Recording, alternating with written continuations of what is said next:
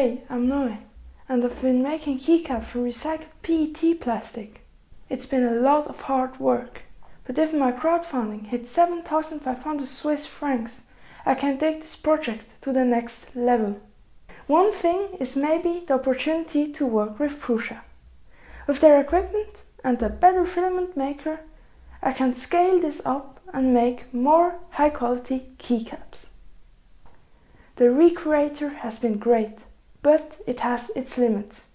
With a better filament maker, I can make the whole process smoother, better, and even more sustainable. This is still a bit of a dream right now, but with your help, I can turn this into reality. So like always, see you in the next one.